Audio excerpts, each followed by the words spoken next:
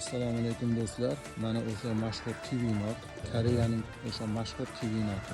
Endi O'zbekistonda bo'lib turib ham chelakning Sabtoy qishlog'ida mana bir yoshli daraxtlarimiz, gullikdan daraxtlarimiz hosiliga kirdi.